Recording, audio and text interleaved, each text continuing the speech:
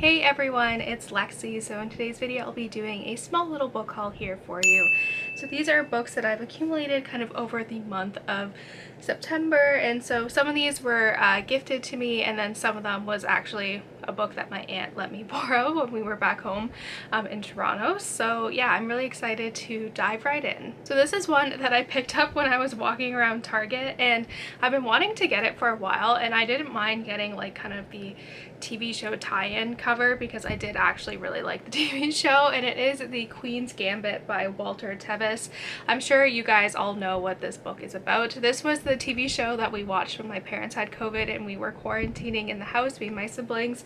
So I was really interested to kind of, dive into the book and see how the adaptation compares to the book. So it follows a girl named Beth who is an orphan, and she ends up getting adopted, and they find out that she is a chess prodigy. And so while she's kind of rising to fame in the chess world, she's also dealing with a lot of substance abuse, problems as well. And like I said, I really love the TV show and I've been wanting to rewatch it, but I think that's like a good one to watch kind of fall winter time. But I definitely wanted to read the book too and see how it compares. But Goodreads, like, this book has really good reviews, so I'm not too worried about that, but I'm excited to kind of pick this one up as well. So this is one that my aunt lent to me when we were back home in Toronto at the end of August, and she's praised this book. It has won a lot of awards, so I'm really excited to pick this one up. And it is the Marrow Thieves by Cherie, Dimaline, and so you can see how many books this, or awards this book has won. It's very a popular and well critically reviewed book in Canada, so I think it sounds very interesting. So in a world nearly destroyed by global warming, the indigenous people of North America have been hunted for their bone marrow, which carries the key to recovering something the rest of the population has lost: the ability to dream. Frenchie and his companions struggle to survive, don't yet know that one of them holds the secret to defeating the Marrow Thieves. And so I think this one sounds very interesting. I think, again, it will raise a lot of important kind of dialogue and critique on how the indigenous people are treated throughout kind of North American history, and I think it will kind of raise a lot of interesting dialogue and kind of integrating kind of that science fiction type thing of being able to dream. I think makes it really interesting. So like I said, this thing has you can see how many things that's been well praised, so I think this one is going to be really interesting and a very thought-provoking read. So this is a book that I picked up at Barnes & Noble, and I was talking with my friend and he's like, "Oh, I'm reading this one." I was like, "That's so funny," because I literally just bought this like 20 minutes ago, and I saw this and he really liked it, so I think this one sounds really interesting too, so I'm excited for it. And it is the Atlas 6 by Olive Blake, and this one sounds so interesting. So it says, the Alexandrian Society, caretakers of lost knowledge from the greatest civilizations of antiquity, are the foremost secret society of magical academians in the world. Those who earn a place among the Alexandrians will secure a life of wealth, power, and prestige beyond their wildest dreams, and each decade only the 6 most uniquely talented magicians are selected to be considered for initiation. When the candidates are recruited by the mysterious Atlas Blakely, they are told that they will have 1 year to qualify for initiation, during which time they will be permitted primarily across the society's archive and judged based on their contributions to various subjects of impossibility: time and space, luck and thought, life and death.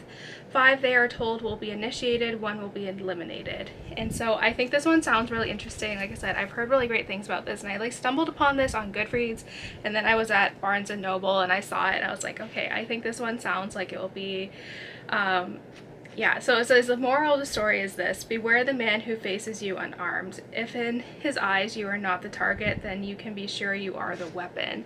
And I think this sounds so interesting, so I'm really excited. And there's like some illustrations throughout this, which makes it seem like it will be very fun and interactive, so I'm really excited to pick this one up. So these last two were ones that were sent to me by the publisher, so thank you to everyone at NBC Communications for doing this. But the first one is the sequel to a book that I read, I want to say beginning of this year or late last year, and it is Wolf Point by Ian K. Smith, and this is the second book in the Ash Kane series. So it follows a former police officer who's now working as a private detective, and so he gets kind of sent kind of new cases here or there. And so the kind of the tagline in here is, "Please help us find who murdered our father." So our father was a good man, Katrina said. He had a good life and enjoyed living it. He would never have killed himself. He wouldn't do that to our mother, and he wouldn't do that to us. So he kind of has to kind of figure out why this man was supposedly murdered, even though it looked like a suicide. And this one takes place in Chicago, and when we first moved to the States back in 2002, we did live kind of in the suburbs of kind of northern Illinois, like an hour north of Chicago. So Chicago is a city that is near and dear to my heart, so I love kind of reading this and kind of being like, oh yeah, I know where this is, and just having a book that takes place in that beautiful city. So I'm excited to see what this one has in store. The other one was very fast-paced and exciting, and it keeps you on your toes, so I'm pretty sure this one will be no different. And lastly, I had the ebook version of Sinking Islands by Kai Emmons. I think that's how you pronounce her name, but I think this cover is so beautiful. So I have like the little synopsis here to read to you, but this one also sounds like it'll be a very interesting read. So it continues the story of Bronan Artier, a scientist who possesses the power to influence the natural forces of the earth. After several successful interventions, including one in Siberia, she has gone into hiding, worried about unintended consequences of her actions, as well as about the ethics of operating solo. But circumstances call her to action again, and her idea takes shape. What if she could impart her skill to other people?